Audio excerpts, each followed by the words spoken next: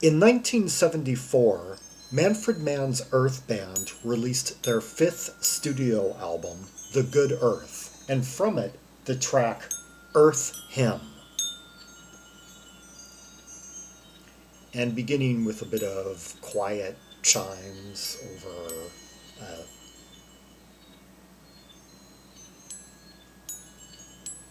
spinning sound. Hear that?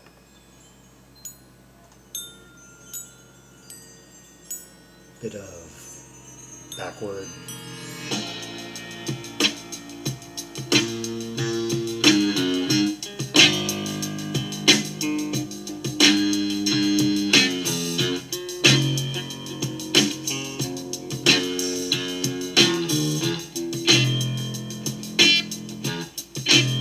Okay, built around this like bass figure that keeps on reaching a lower note each time with each go around. Listen all around. Symphony of sound will take you drifting down through your dreams. Okay, basically going from B to A to G to F sharp, but kind of doing the same exact contour between the chords each time. Yeah. In an endless stream, singing through the air. Okay, now hear the layers coming on with the second part of the verse. Yeah, we got the sustained synthesizer and the piano accenting the melody. On its wings of fiery silence, melody comes crystal clear. Can you hear it near?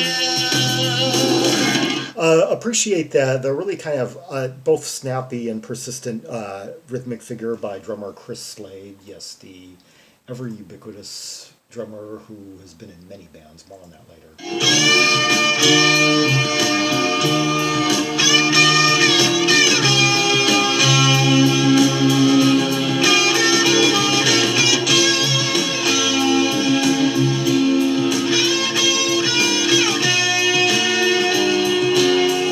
Okay, one of those like very characteristic of the band, lyrical, sustained type solos over open cadence, kind of thresholdy chord progression.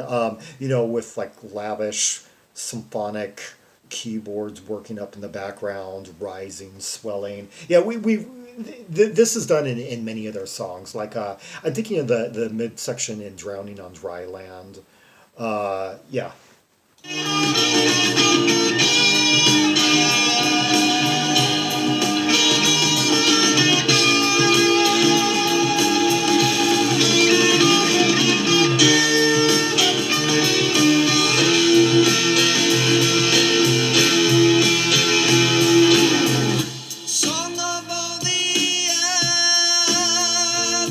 His vocals are quite. Let's see, who's singing on this one? More on that in a minute. Let's see. Listen all around. Symphony of sound will take you, drifting down through your dreams in an endless stream. Huh. Singing through the air on its wings of fiery silence, the melody comes crystal clear. Can you hear me? Oh, quite poetic here. Yeah, this track is a co-composition between Manfred Mann and Chris Slade. Interesting. So the drummer and the keyboardist. Song of death and birth, you'll hear it. Vocals on this album are by Mick Rogers. Yes, guitar vocals. Who would later turn up in Aviator with John J. Perry and Jack Lancaster. Yeah, the two albums. I did a video on them months ago. Singing through sea and sky. Can you hear the cry? Singing through the air on its wings of fiery silence. Okay, once again we have that rising swelling. I love the way the how first we have basically this mostly unaccompanied bass figure, giving us this long resolving pattern that's like consistent throughout. That's basically a sequence of notes with a dropping root chord from B to F sharp, and root note. And let's see, Song of All the Earth, Song of Death and Birth. You'll hear it ringing through sea and sky. Can you hear the cry? Singing through the air on its wings of fiery silence, the melody comes crystal clear. Can you hear it near? Melody comes crystal clear. Can you hear it near?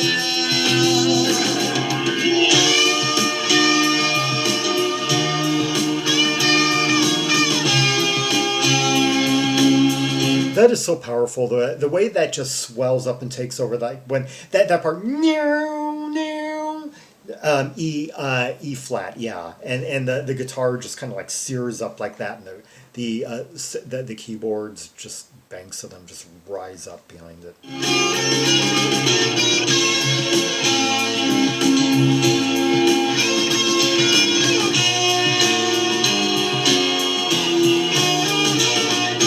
And notice the role that the piano plays in resolving the melody. Yeah, those descending notes.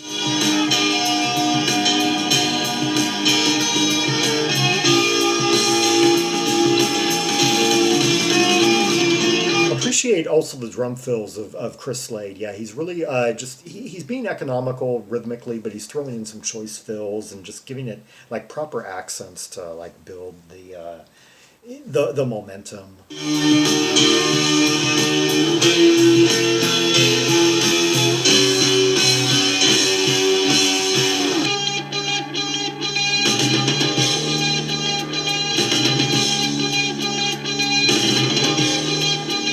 That moment where we go into this really abrupt shift, yeah, they do this in quite a lot of their stuff. Well, Dryland on Dryland, like I mentioned before, goes into this abrupt midsection that's almost kind of like a song within a song that has some of the sequences we had just heard, and it also had some really just shifts in cadence and key center that were unexpected.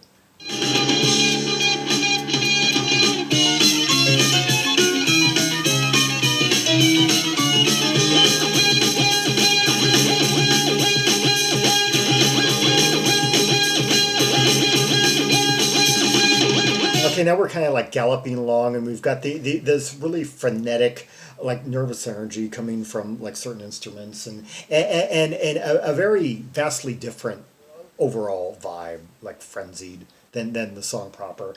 This kind of reminds me of an instrumental that was on the prior album. Yeah.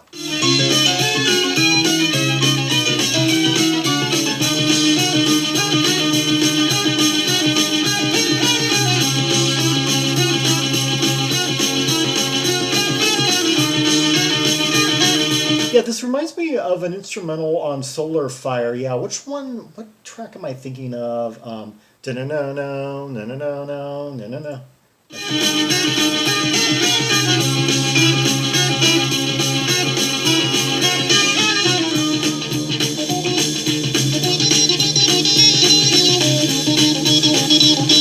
Now we are getting some really great sound effects here. Is that?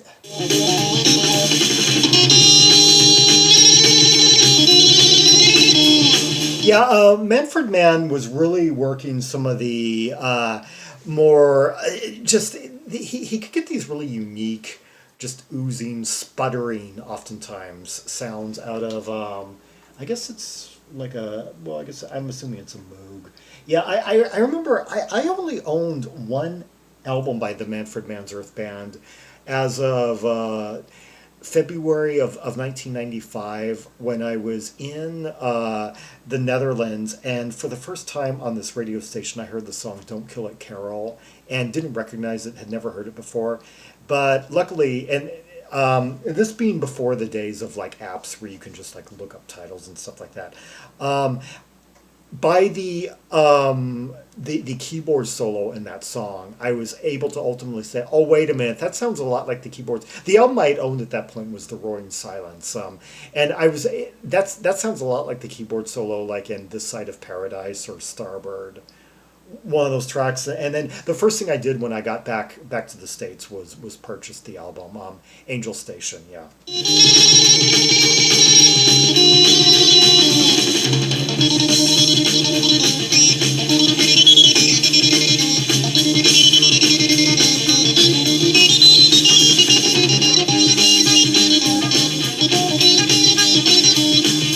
Okay, yeah, that just sputtering. Hear those like unique. I can't think of really anyone else to compare the sound to. It's just completely. He had been like working these instruments for so long and could find certain tweaks, certain settings, certain and just this works here, this works, and then like Earth and space and travel and being constant themes. It's like depending on where the narrative is heading, whether you're going into a really crashing, frenzied section or a more kind of lavish, airy type passage.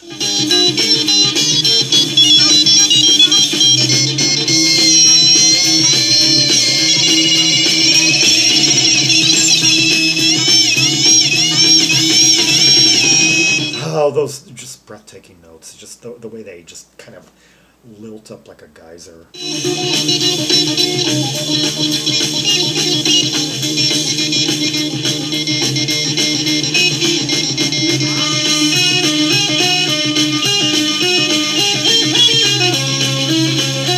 I love how that sound just kind of took over this other. Once again, I guess it's like Manfred Mann.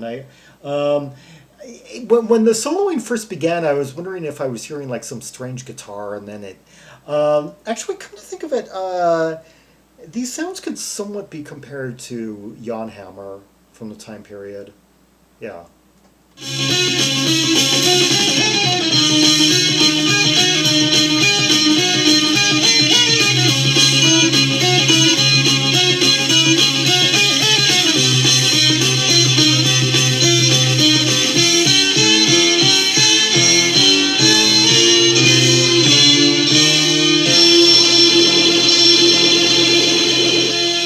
That part where all you can do is just kind of let it like dissolve into a big foam. But I think we're about to get another big double wind.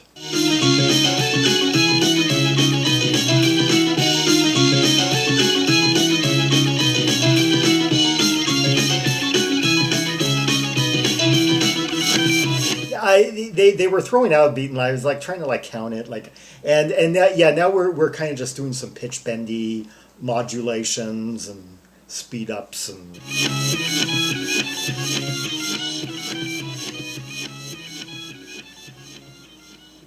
throwing those backward effects and making some like really choice usage of psychedelic techniques in the 70s. There was a brief period of time where they were just going hog wild with studio trickery during the late 60s, but by the early 70s they're a bit more refined, knowing that there's a time and place. There are certain passages where it can work effectively and not just be gimmicky. Yeah. That was Manfred Mann's Earth Band with Earth Hymn from their 1974 release, The Good Earth. I guess sold initial copies in the UK. Oh, yeah. The owner of this album is entitled to rights over 1 square foot of the earth situated at in the county of Brecon, Wales, in Great Britain, subject to registration on or before 31st December 1975. Huh. Yeah. I wonder if any owner ever went to visit their square foot of land. Yeah. Anyway, let's hear another track from the album, Sky High.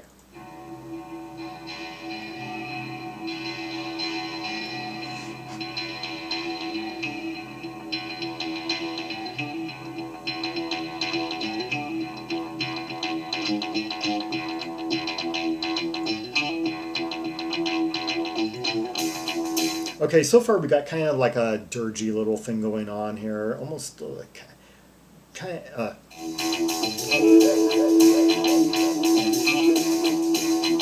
thinking almost like a jaws harp type sound.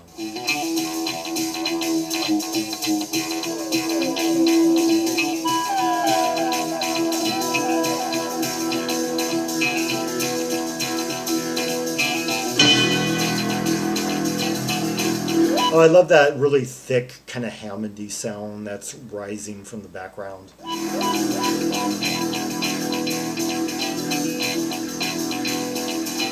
Alrighty, this far in, I'm getting kind of a vibe similar to Alcuin's Nobody Can Wait Forever album, which came out the same year and was utilizing these really kind of gruff sounds in a lot of places. Maybe like a year or two later than most people were, yeah.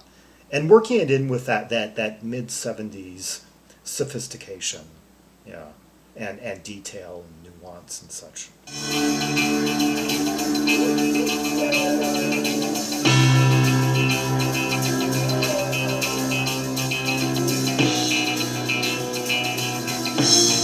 Got kind of a foggy, steamy vibe going on. Let that misty cymbal percussive element of Chris Slade.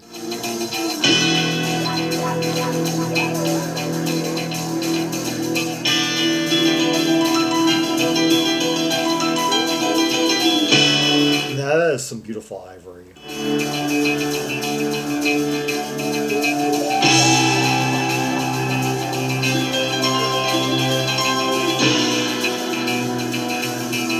There's actually quite a few German bands of the period that would have liked to have called this their own. I'm thinking of maybe like Jane, or heck, Birth Control perhaps.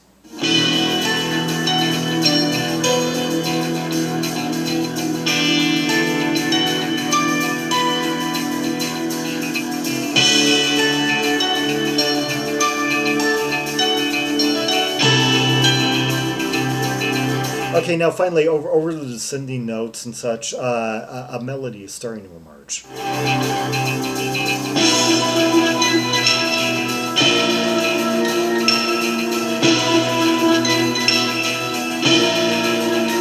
Half step right there, B flat, B.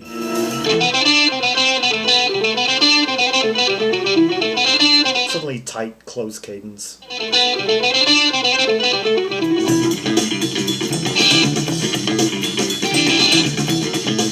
Oh, the German references still keep flowing in my head. Now I'm thinking of Kron. Because of that real, like, monster, like tight bass line.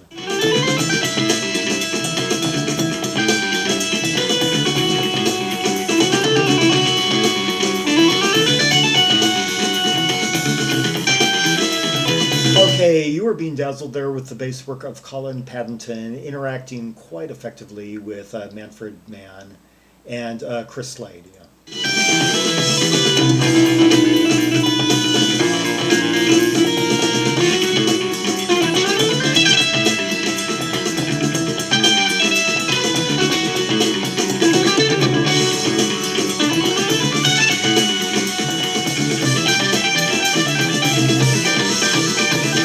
I love how the keyboardist is really taking a lot of liberties, stretching out, and within the confines of the key center, of course. But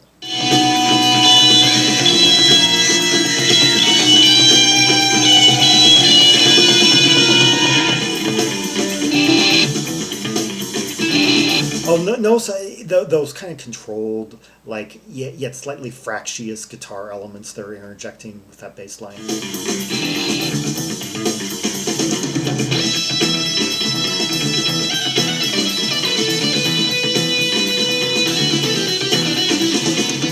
I love how the bass line has this kind of like jerky quality amid its propulsions and such. It almost sounds like it's in an odd meter. It isn't, but it kind of has that effect anyway.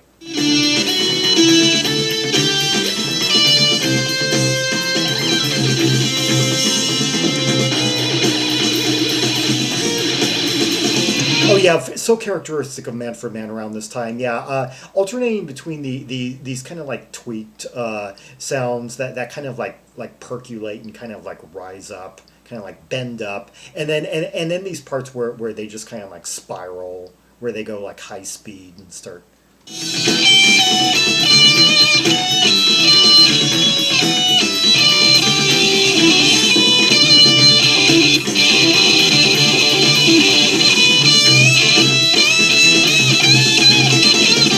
Now Mick Rogers is really showing what a creative guitarist can be right here. Yeah, the control, the precision, the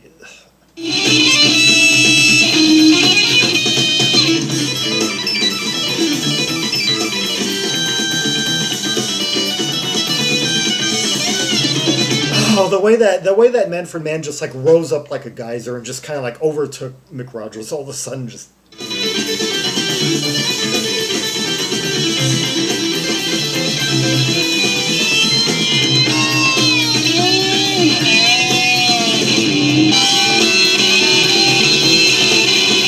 Yeah, actually, I'm getting now. What I'm really getting is more of kind of like a Mahavishnu RTF type vibe. I'm starting to feel like actually this album.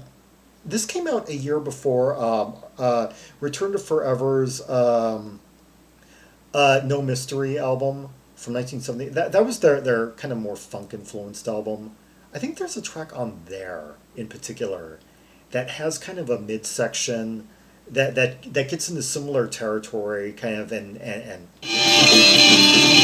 with similar instruments, of course, similar sounds going on, similar just tweaky type.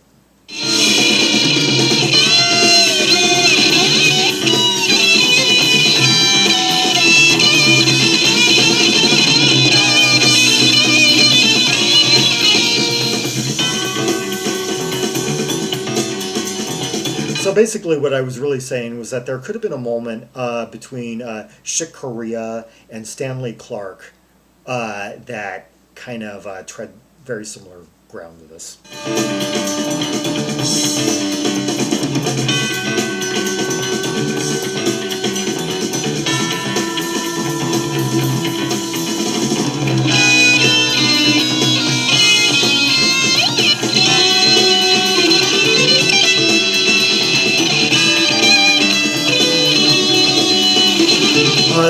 Notice how just all the instruments are just kind of colliding with one another now. There's like 4 different layers that you could just take apart or follow individually, like each time you play it.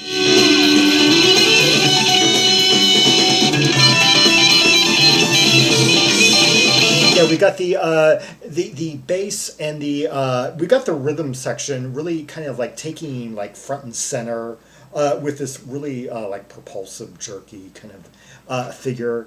And we've got the guitarist just kind of doing its own thing, kind of at a slightly different speed. We've